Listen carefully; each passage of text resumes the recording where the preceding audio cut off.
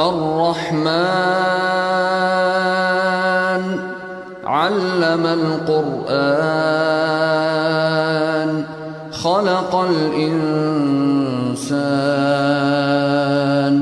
علمه البيان الحمد لله رب العالمين والصلاة والسلام على المبعوث رحمة للعالمين اللهم صل على سيدنا ومولانا محمد وعلى آله وأصحابه أجمعين أما بعد أعوذ بالله من الشيطان الرجيم بسم الله الرحمن الرحيم الحمد لله الذي أنزل على عبده الكتاب ولم يجعل له عوجا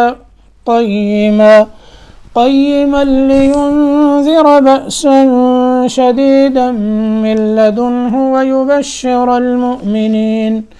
ويبشر المؤمنين الذين يعملون الصالحات أن لهم أجرا حسنا ماكثين فيه أبدا وينذر الذين قالوا اتخذ الله ولدا ما لهم به من علم ولا لآبائهم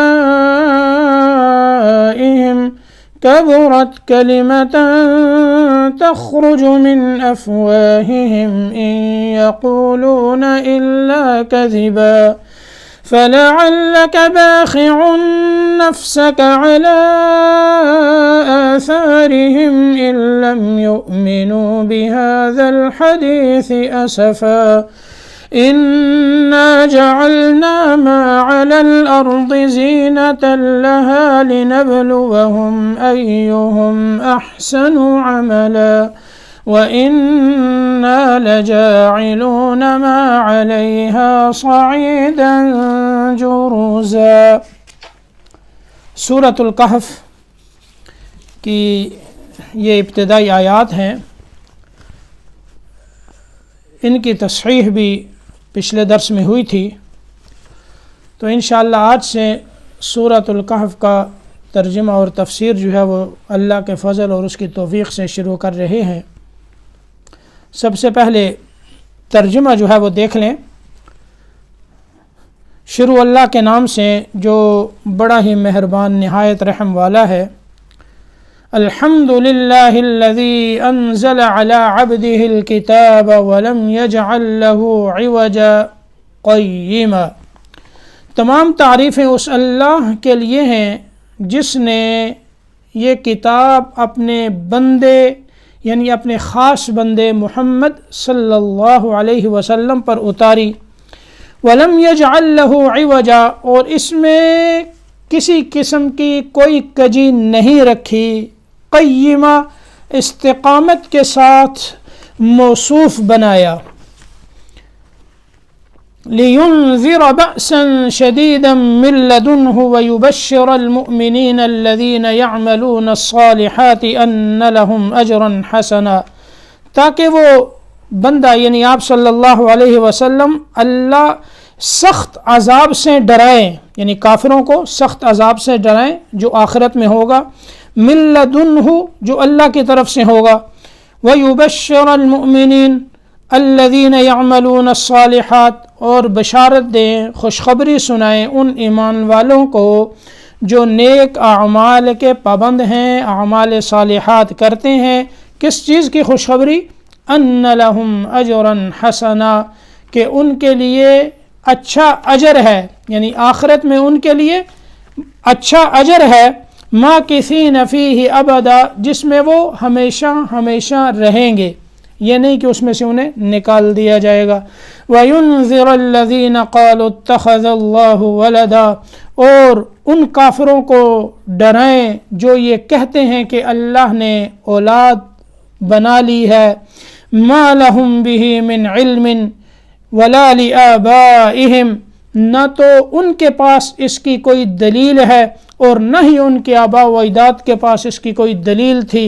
کبرت کلمۃ تخرج من افواہہم، یہ ایک بہت بڑی بات ہے جو ان کے منہ سے نکلی جا رہی ہے، جو نکلتی ہے ان کے منہ سے۔ کبرت کلمتن، یہ بہت بڑی بات ہے، ان یقولون الا کذبا، یہ بالکل جھوٹ بولتے ہیں، فلعلک باخع نفسک علی آثارہم ان لم یؤمنوا بہذا الحدیث اسفا، شاید آپ ان کے پیچھے اگر یہ لوگ اس مضمون قرآنی پر ایمان نہ لائے تو غم سے اپنی جان دے دیں گے۔ اللہ اکبر۔ انا جعلنا ما علی الارض زینۃ لها لنبلوہم ایہم احسن عملا، جو کچھ زمین پر ہے ہم نے اسے اس زمین کی رونق بنا دیا ہے، لنبلوہم ایہم احسن عملا، تاکہ ہم انہیں آزمائیں کہ ان میں سے اچھا عمل کون کرتا ہے، وَإِنَّا لَجَاعِلُونَ مَا عَلَيْهَا صَعِيدًا جُرُزًا، اور ہم زمین کے اوپر کی تمام چیزوں کو ایک صاف میدان کر دیں گے، یعنی دنیا ختم ہوگی اور آخرت آئے گی، اس وقت دنیا کے اوپر جتنی چیزیں ہیں، جو بھی اللہ نے یہ رونق کی چیزیں رکھی ہیں، یہ ساری کی ساری ختم ہو جائیں گی، اور زمین ایک صاف اور چٹیل میدان ہو جائے گا جس میں نہ تو پہاڑ ہوں گے اور نہ ہی درخت اور نہ ہی کوئی غار۔ سورۃ الکہف، یہ اس کے روایات حدیث میں اس کے بڑے فضائل آئے ہیں۔ مسلم شریف، ابو داؤد، ترمذی اور نسائی میں حضرت ابو الدرداء رضی اللہ تعالی عنہ کی ایک روایت ہے کہ جس شخص نے سورۃ الکہف کی ابتدائی 10 آیات یاد کر لیں، جس شخص نے سورۃ الکہف کی شروع کی 10 آیتیں حفظ کر لیں، یاد کر لیں، اللہ اسے دجال کے فتنے سے محفوظ فرمائیں گے۔ کوئی یہ بڑی بات نہیں ہے، ہر جمعے کو پڑھی جاتی ہے، تو شروع کی 10 آیتیں یاد کرنے سے کتنا بڑا انعام ملا کہ اتنا بڑا جو دجال کا فتنہ ہوگا، اللہ پاک جو ہے اس فتنے سے اسے محفوظ کر لیں گے۔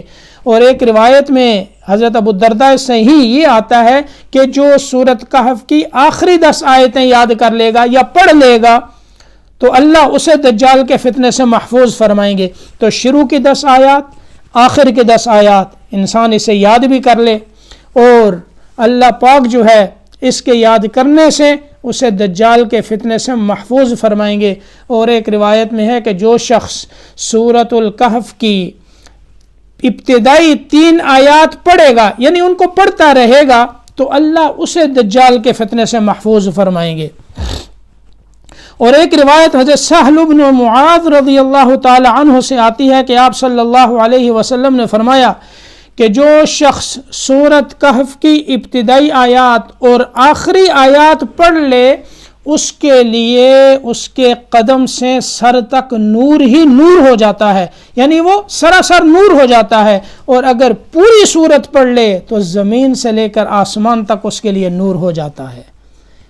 تو اللہ نے اتنی بڑی اسم کی فضیلت اور عظمت جو ہے یہ رکھی ہے، اور آپ صلی اللہ تعالی علیہ وسلم نے بیان فرمایا۔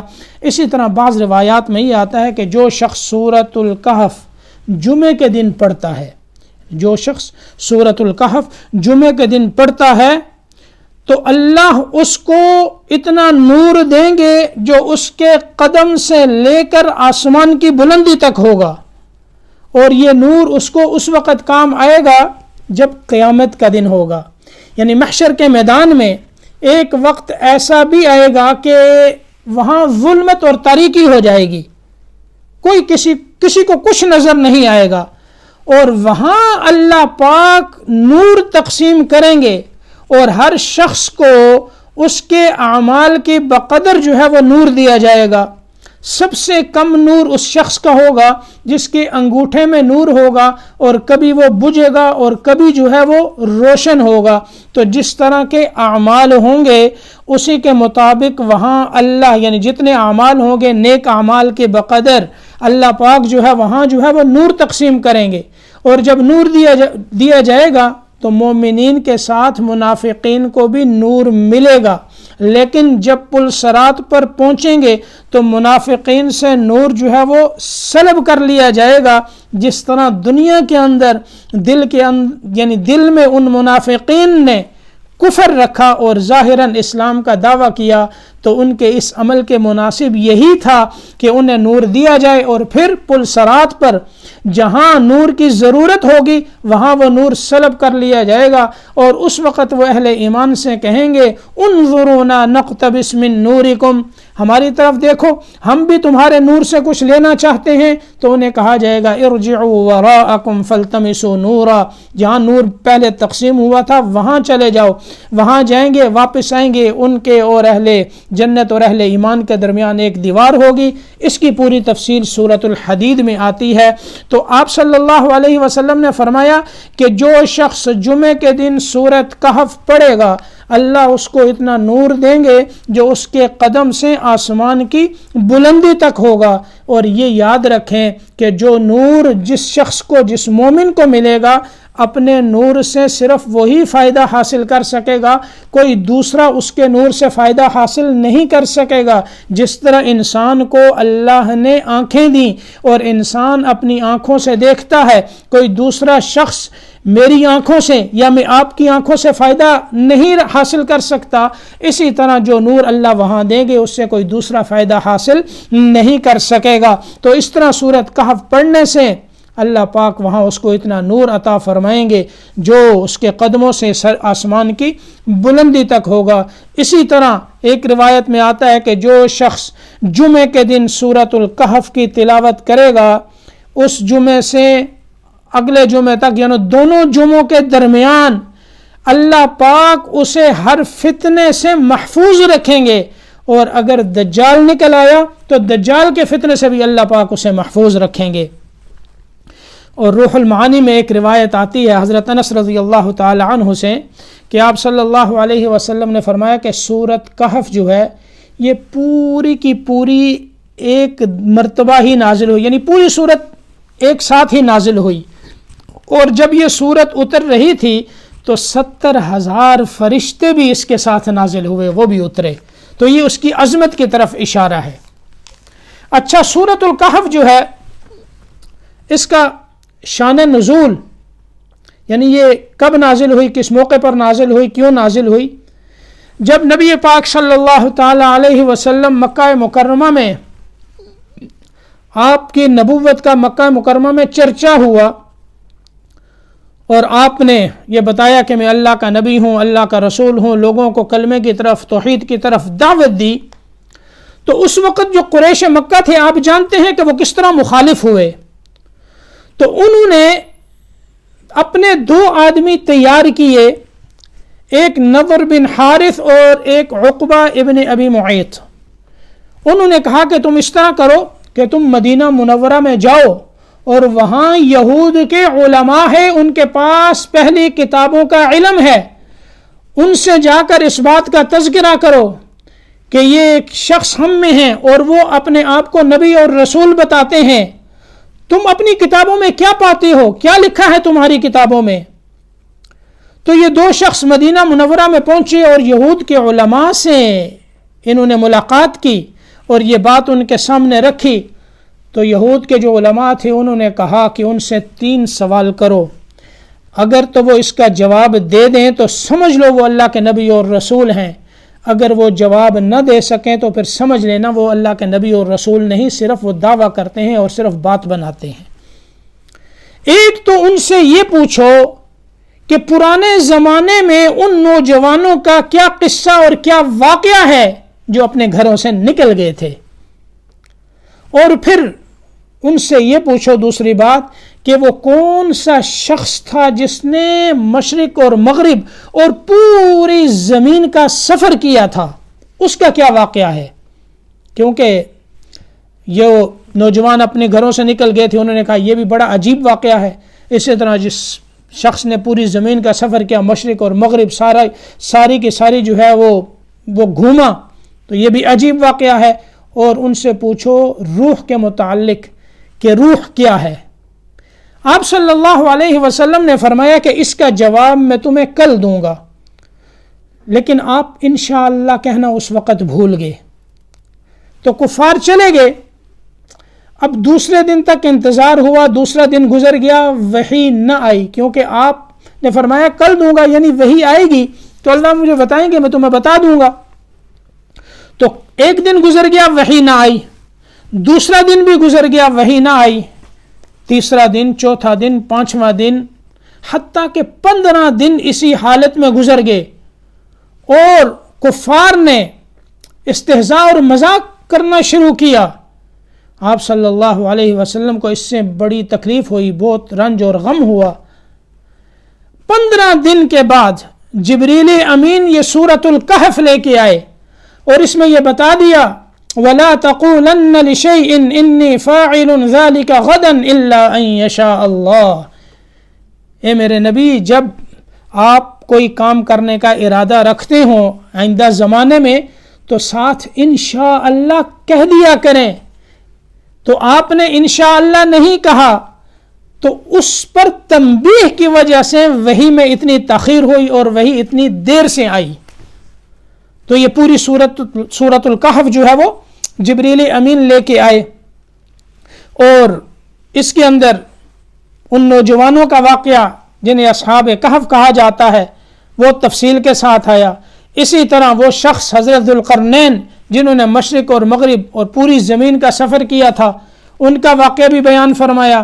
اور روح کے متعلق اس سے پیچھے سورۃ الاسراء، سورۃ بنی اسرائیل میں وَيَسْأَلُونَكَ عَنِ الرُّوحِ قُلِ الرُّوحُ مِنْ أَمْرِ رَبِّي، وہ جواب بھی آ گیا۔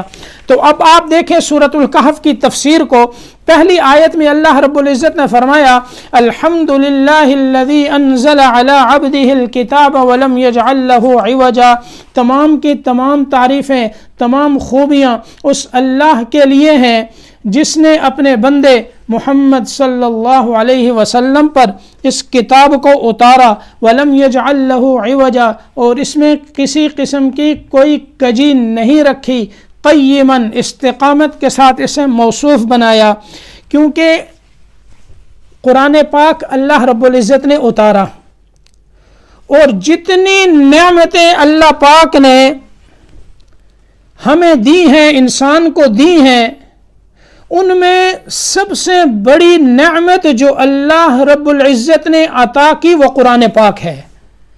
دیکھیں اللہ نے ہمیں کتنی نعمتیں دی ہیں۔ أَلَمْ تَرَوْا أَنَّ اللَّهَ سَخَّرَ لَكُم مَّا فِي السَّمَاوَاتِ وَمَا فِي الْأَرْضِ وَأَسْبَغَ عَلَيْكُمْ نِعَمَهُ ظَاهِرَةً وَبَاطِنَةً وَفِي أَنفُسِكُمْ أَفَلَا تُبْصِرُونَ وَفِي الْأَرْضِ آيَاتٌ لِّلْمُوقِنِينَ، ساری کی ساری نعمتیں، وَإِن تَعُدُّوا نِعْمَةَ اللَّهِ لَا تُحْصُوهَا، اللہ کی نعمتوں کو انسان گن نہیں سکتا، شمار نہیں کر سکتا۔ اللہ نے انسان کو ہمیں یہ وجود دیا ہے، اور یہ جو وجود ہے ہم نے اللہ سے نہیں مانگا، خود ہمارا وجود یہ ایک بہت بڑی نعمت ہے جو اللہ نے بغیر مانگے ہمیں عطا کی۔ پھر اللہ نے اس وجود کو صحیح سالم بنایا، پھر اللہ نے اس میں آنکھیں رکھیں، کان دیے، زبان دی، ہاتھ پاؤں دیے، جسم میں قوت اور طاقت دی، اس میں حرکت دی، اور پھر صرف یہ نہیں کہ یہ آنکھیں اور یہ سارا جسم، اللہ نے کان، زبان، یہ سب کچھ عطا کیا۔ آنکھوں کے اندر اللہ نے دیکھنے کی قوت رکھی، کانوں میں سننے کی قوت رکھی، زبان میں بولنے کی قوت رکھی، ذائقوں کی قوت رکھی۔ تو اللہ پاک نے جو ہے یہ نعمتیں عطا کی۔ کان نعمت، اس سے انسان کتنا سنتا ہے اور کیا کیا عجائبات سنتا ہے، ان نعمتوں کا شمار انسان نہیں کر سکتا۔ اب آپ دیکھیں آنکھ جو ہے یہ نعمت ہے، آنکھ کی اس نعمت کو ہم نے گنا ہے، کہتے ہیں آنکھ نعمت ہے، لیکن اس آنکھ سے آپ کیا کیا دیکھ کے آئے ہیں اور کیا کیا دیکھتے رہے ہیں، ان نعمتوں کو کوئی گن سکتا ہے؟ کوئی نہیں گن سکتا۔ یہ زبان اللہ کی نعمت ہے، اس ایک نعمت میں اللہ نے کتنی ہزاروں نعمتیں رکھی ہیں کہ انسان اس زبان سے اللہ کا ذکر کرتا ہے، اس کی تسبیح کرتا ہے، اس کا نام لیتا ہے، نماز پڑھتا ہے، قرآن پاک کی تلاوت کرتا ہے، نبی پاک صلی اللہ علیہ وسلم پر درود پاک پڑھتا ہے۔ کتنی چیزیں اس زبان سے ادا ہوتی ہیں، اور پھر کہ دنیا کے اندر کتنے میوے، کتنے پھل، کس قسم کے کھانے، کس طرح کے جو ہے اللہ پاک نے پھل رکھے ہیں اور نعمتیں رکھی ہیں کہ انسان ان کو کھاتا ہے تو یہ زبان اس کی لذت جو ہے وہ بتاتی ہے، اس کو لذت آتی ہے، اور ذائقہ جو ہے وہ زبان دیتی ہے۔ اگر ایک انسان کا ذائقہ ہی ختم ہو جائے تو اس کو کیا پتا کہ میں کیا کھا رہا ہوں، اس کے اندر کیا مٹھاس ہے، کڑواہٹ ہے، کھٹا پن ہے، اس میں رس ہے، بغیر رس کے ہے۔ تو اللہ کی یہ ساری نعمتیں انسان کو دیں، پھر مال اولاد دولت، یہ ساری نعمتیں، اور پھر اللہ نے ایمان کی دولت، روحانی طور پر اللہ نے نعمتیں دیں، قرآن اتارا، انبیاء بھیجے، دین دیا، نبی پاک صلی اللہ علیہ وسلم کی امت میں پیدا کیا۔ تو اس کو آپ دیکھتے جائیں، بے شمار نعمتیں ہیں، لیکن اللہ پاک نے ان تمام نعمتوں کے اوپر ایک ایسی عظیم نعمت عطا کی ہے کہ وہ نعمت اور انعام دے کر اللہ خود اپنی تعریف فرماتے ہیں، وہ ہے اللہ کا قرآن اور اللہ کی کتاب جو اللہ نے دی ہے، قرآن پاک۔ الحمدللہ الذی انزل علی عبدہ الکتاب، اللہ فرماتے ہیں تمام تعریفیں اس اللہ کے لیے ہیں جس نے اپنے بندے، خاص بندے پر یہ کتاب اتاری اور اس کے اندر کسی قسم کی کجی نہیں رکھی کہ قرآن پاک جو ہے وہ اتارا، کیونکہ بندوں کو انسانیت کی تکمیل کا درس یہ اللہ کا قرآن بتاتا ہے۔ ہم کہاں سے آئے ہیں، ہم نے کہاں جانا ہے، مرنا ہے، مرنے کے بعد اٹھنا ہے، اللہ کے سامنے پیش ہونا ہے، پھر ایک جیل خانہ جہنم کی صورت میں ہے اور ایک جو ہے باغ و بہار کی صورت میں اللہ نے جنت بنائی ہے، وہاں جو ہے ہم نے پہنچنا ہے۔ ان کو حاصل کرنے کا طریقہ کیا ہے وہ اللہ کے قرآن نے بتایا۔ تو اللہ پاک فرماتے ہیں یہ جو نعمت اللہ نے دی ہے، اتنا بڑا انعام دیا ہے، اس کے اوپر اللہ خود اپنی تعریف فرماتے ہیں، اور پھر اس کے اندر سے ہمیں یہ بات ملتی ہے، یہ تعلیم ملتی ہے کہ تم اللہ کی نعمتوں پر شکر کیا کرو۔ اللہ نے تمہیں قرآن کے لیے بٹھا دیا، اس کو سمجھنے کے لیے بٹھا دیا، اس کے لیے آپ نے وقت نکالا، یہ اللہ کا انعام ہوا ہے تم پر، اس پر اللہ کا شکر ادا کرو، اس کی تعریف کرو کہ جس اللہ نے ہمیں توفیق دی، ساری خوبیوں کا مالک وہ اللہ ہے، جس نے ہمیں اس قرآن کے ساتھ جوڑ دیا، ساری خوبیوں کا مالک وہ اللہ ہے، جس نے ہمیں پڑھنے کی، دیکھنے کی، سننے کی، سمجھنے کی توفیق دی، وہ ساری خوبیوں کا مالک اللہ ہے۔ اور اللہ جو ہے ہمیں اس کی تعلیمات پر چلا دے، اخلاص ہمارے عمل میں اللہ پیدا فرما دے۔ تو تمام خوبیاں اللہ کے لیے ہیں، تمام تعریفیں اللہ کے لیے ہیں جس نے یہ کتاب اتاری۔ یہاں اللہ پاک نے کتاب کا ذکر فرمایا کیونکہ قرآن پاک کے بہت سے نام ہیں۔ قرآن پاک اس کو قرآن بھی کہا گیا، یہ فرقان بھی ہے، یہ کتاب بھی ہے، یہ نور بھی ہے، یہ تنزیل بھی ہے، یہ الکلام بھی ہے، یہ الحدیث بھی ہے، یہ الموعظہ بھی ہے، یہ الہادی بھی ہے، یہ الحق بھی ہے، یہ البیان بھی ہے، یہ المنیر بھی ہے، یہ الشفاء بھی ہے، یہ العظیم بھی ہے، یہ الکریم بھی ہے، یہ المجید بھی ہے، یہ العزیز بھی ہے۔ یہ اس کو نعمت بھی کہا گیا، اس کو رحمت بھی کہا گیا، اسے روح بھی کہا گیا، اسے الحبل بھی کہا گیا، اسے القصص بھی کہا گیا، اسے المہیمن بھی کا نام بھی دیا گیا، الحکم کا نام بھی دیا گیا، الذکر بھی اسے کہا گیا، السراج بھی کہا گیا، البشیر بھی کہا گیا، النذیر بھی کہا گیا، التبیان بھی کہا گیا، العدل بھی کہا گیا، الشافی بھی کہا گیا، الذکرہ بھی کہا گیا، الحکیم بھی کہا گیا، المیزان بھی یہ قرآن، احسن الحدیث بھی یہ قرآن، الکتاب المتشابہ یہ قرآن، المثانی یہ قرآن، حق الیقین یہ قرآن، التذکرہ یہ قرآن، اور الکتاب الحکیم اللہ کا قرآن، یہ کتاب حکیم، اس کے نام اللہ نے رکھے۔ اس قرآن میں ان تمام ناموں کا ذکر ہے۔ تو اللہ رب العزت کا یہ قرآن، اس کے اتنے نام ہیں، اتنے نام اس کی عظمت اور اس کے شرف اور اس کے مرتبے کو بیان کرتے ہیں۔ کسی چیز کے نام زیادہ ہوں تو اس کی عظمت کی طرف اشارہ ہوتا ہے، تو اس قرآن کے اتنے نام ہیں تو اس کی عظمت کی طرف اشارہ ہے کہ اللہ نے تمہیں یہ جو قرآن دیا، یہ جو نعمت دی، یہ اتنی عظیم ہے، اتنی عظیم ہے کہ یہ نعمت دے کر اللہ خود کہتے ہیں کہ اللہ ساری تعریفوں کے قابل ہے، ساری خوبیاں اللہ کے لیے، ساری ثنائیں اللہ کے لیے، ساری پاکیزگی اللہ کے لیے خاص ہے۔ تو اللہ نے خود تعریف کی، یہ اتنی عظیم نعمت تمہیں دی، اور فرمایا کہ قرآن کیسا ہے، وَلَمْ يَجْعَلْ لَهُ عِوَجًا، اس لیے اس قرآن کی قدر کرو، یہ کوئی معمولی چیز نہیں۔ اس کے اندر اللہ نے کوئی کجی نہیں رکھی، کسی طرف اس کا جھکاؤ نہیں، کوئی ٹیڑھا پن نہیں، اس میں کسی قسم کی کوئی کمی نہیں، نہ فصاحت میں نہ بلاغت میں۔ عربی میں اترا ہے، اس کی فصاحت اور بلاغت ایسی کہ کوئی اس جیسا ایک لفظ، ایک بات بنا کے نہیں لا سکتا۔ اور اسی طرح اس کے جتنے حکم ہیں، جتنے احکامات ہیں، کوئی حکم ایسا نہیں ہے جو مصلحت کے خلاف ہو. تو فرمایا اس میں کسی قسم کی کوئی کجی نہیں. قیمن یہ استقامت کے ساتھ موصوف ہے، یعنی ایسا سیدھا، ایسا صاف اور ایسا واضح یہ قرآن ہے جس میں کجی نہیں، بلکہ یہ قرآن مستقیماً بالکل سیدھا ہے، استقامت کے ساتھ اس کو متصف بنایا ہے. وَلَمْ يَجْعَلْ لَهُ عِوَجًا، یہاں منفی پہلو کا ذکر کیا، اس میں کجی نہیں. قیمن میں مثبت پہلو کا ذکر کیا. اب یہ قرآن اللہ نے اتارا ہے، کیوں اتارا؟ لِيُنذِرَ بَأْسًا شَدِيدًا مِّن لَّدُنْهُ وَيُبَشِّرَ الْمُؤْمِنِينَ الَّذِينَ يَعْمَلُونَ الصَّالِحَاتِ. ایک تو یہ ہے کہ تاکہ نبی پاک صلی اللہ علیہ وسلم یا یہ قرآن اللہ کے سخت عذاب سے ڈرائے کافروں کو جو اللہ کی طرف سے ہوگا آخرت میں، اور ایمان والوں کو نیک اعمال کے جو پابند ہیں انہیں بشارت دے، خوشخبری سنائے، ان لہم اجرا حسنا، کہ انہیں بہت اچھا اجر ملنے والا ہے، ماکثین فیہ ابدا، وہ اس اجر میں ہمیشہ ہمیشہ رہیں گے. یعنی اجر جو ہے وہ آخرت میں ملے گا، اور آخرت میں جنت. اور نافرمانی کی صورت میں کیا ہے؟ گناہوں کی صورت میں کیا ہے؟ کفر اور شرک کی صورت میں کیا ہے؟ اللہ نے فرمایا کہ ڈرو اس سے، کہیں اللہ کے عذاب میں گرفتار نہ ہو جاؤ. دنیا کے اندر ہم دیکھتے ہیں چولہے پہ کھڑے ہوں ہماری بہنیں، مائیں اور ہماری گھر کی خواتین، وہ اس بات کو بخوبی جانتی ہیں.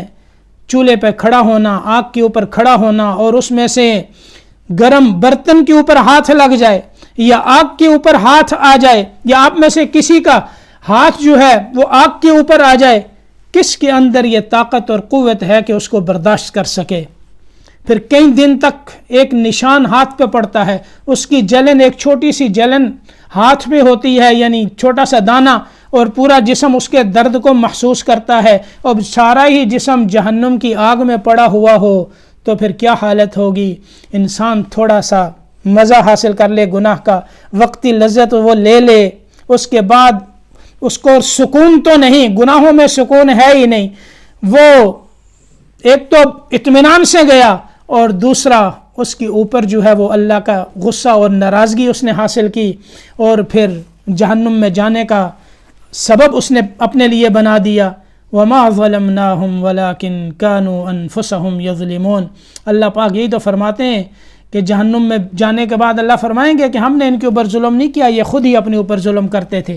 تو اس لیے اللہ پاک نے یہ وقت دیا ہے، موقع دیا ہے، یہ زندگی دی ہے. یہ زندگی بڑی قیمتی ہے، اس کو غفلت میں نہ گزاریں، یہ غفلت میں نہ گزرے. اللہ کی یاد میں اسے گزاریں، اللہ کی اطاعت میں گزاریں، اللہ کے فرمان برداری میں گزاریں، پوری طرح کوشش کریں. اور اگر کہیں خطا ہو جائے، غلطی ہو جائے، لغزش ہو جائے تو اللہ نے توبہ کا دروازہ کھولا ہے. موت کے غرغرے سے پہلے پہلے توبہ کر لو، اللہ توبہ رد نہیں فرماتے. تو فرمایا کہ ایمان والوں کو اور نیک اعمال کے جو پابند ہیں انہیں بشارت ہو کہ ان کو اللہ نے جنت دینی ہے، اور پھر ایسا اجر ہے، ایسی جنت ہے، ماکثین فیہ ابدا، وہ اس میں ہمیشہ رہیں گے. یعنی ہمیشہ کی لذت اور ہمیشہ کے مزے، جس میں ذرہ برابر تکلیف نہ ہو، وہ اللہ نے جنت بنائی ہے. تو اگر دنیا میں انسان جو ہے وہ اللہ کو راضی کرنے میں تکلیف اٹھا لے تو کون سی کوئی بڑی بات ہے؟ اس کے اوپر اللہ نے کتنا بڑا انعام رکھا ہے. اس لیے اپنے رخ کو بدلیں، اپنی زندگیوں کو بدلیں، اپنی سمت کو بدلیں. کس راستے پر چل رہے ہیں غور کریں. ہماری نسلیں، ہمارے بچے کس راستے پر چل رہے ہیں غور و فکر کریں، انہیں پلٹائیں، جہنم کے عذاب سے بچائیں، اللہ کی ناراضگی سے بچائیں. اس وقت پوری آپ دنیا میں آپ دیکھ لیں، اور سوشل میڈیا پہ آپ کو کیا کچھ نہیں نظر آتا. کوئی مذاق نماز کے اندر کھڑا ہے اور ڈانس کرتے ہوئے نماز کا استہزاء ہے، شعائر اللہ کا استہزاء ہے. اس صورت میں پھر وہ کہتے ہیں مہنگائی نہ ہو، قحط نہ آئے، اللہ کی ناراضگی نہ ہو. تو کیسے ممکن ہے جب ہم ایسے اعمال کریں گے، اللہ کا اور اس کے رسول کا اور قرآن کا اور اس دین کا اور نماز کا اور شعائر اللہ کا استہزاء کریں گے، تو اس کے بعد کیا ہمیں اللہ کی رضا ملے گی، اللہ کی خوشنودی ملے گی؟ اس لیے میرے بھائیوں، فکر کی بات ہے کہ ہم دنیا میں رہنے کے لیے نہیں آئے، ہم نے آگے جانا ہے، اور آگے تاریخ قبر ہے، سب واپس آ جائیں گے. قبر میں آپ کے ساتھ آپ کے اعمال ہوں گے، میرے ساتھ میرا عمل ہوگا، آپ کے ساتھ آپ کا عمل ہوگا. اور وہاں انسان اپنے اعمال کے بقدر پڑا ہوا ہوگا. کیا لے کے جا رہے ہو اپنی قبر کے لیے؟ کیا لے کے جا رہے ہو اپنی آخرت کے لیے؟ اللہ اور اپنے اللہ کے رسول اپنے پیارے نبی صلی اللہ علیہ وسلم کو کیا منہ دکھاؤ گے؟ میں کیا منہ دکھاؤں گا؟ اس لیے یہاں اپنے آپ کو بدلنے کی ضرورت ہے، اپنی سمت کو بدلنے کی ضرورت ہے کہ ہمیں اللہ اپنی رضا نصیب فرمائے اور دین پر چلائیں. اس کے بعد ایک آیت اور دیکھ لیں، وَيُنذِرَ الَّذِينَ قَالُوا اتَّخَذَ اللَّهُ وَلَدًا، اور ان لوگوں کو خاص طور پر ڈرائیں جو یہ کہتے ہیں اللہ نے اولاد بنا لی ہے. مَا لَهُم بِهِ مِنْ عِلْمٍ، اس کی کوئی دلیل نہیں ان کے پاس اور نہ ہی ان کے آباء و اجداد کے پاس. کبرت کلمۃ تخرج من افواہہم ان یقولون الا کذبا، یہ بہت بھاری کلمہ ہے جو ان کے منہ سے نکلتا ہے، وہ جھوٹ بالکل وہ جھوٹ بول رہے ہیں، جھوٹ بکتے جا رہے ہیں کہ اللہ کے لیے انہوں نے اولاد تجویز کی. انشاءاللہ وَيُنذِرَ الَّذِينَ قَالُوا اتَّخَذَ اللَّهُ وَلَدًا، اس کی تفصیل اگلے درس میں جو ہے وہ یہاں سے شروع کریں گے. اللہ نے توفیق دی اور فضل و کرم سے انشاءاللہ یہاں سے شروع کریں گے. پھر اللہ کے لیے اولاد کس کس نے بنائی اور کیسے بنائی، اور یہ کتنا بڑا جرم ہے کہ اس سے پوری کائنات کی حالت کیا ہو جاتی ہے. زندگی رہی تو انشاءاللہ اگلے درس میں اس کو بیان کریں گے. اللہ پاک ہم سب کا بیٹھنا سننا پڑھنا قبول فرمائے اور اللہ پاک عمل کی توفیق نصیب فرمائے.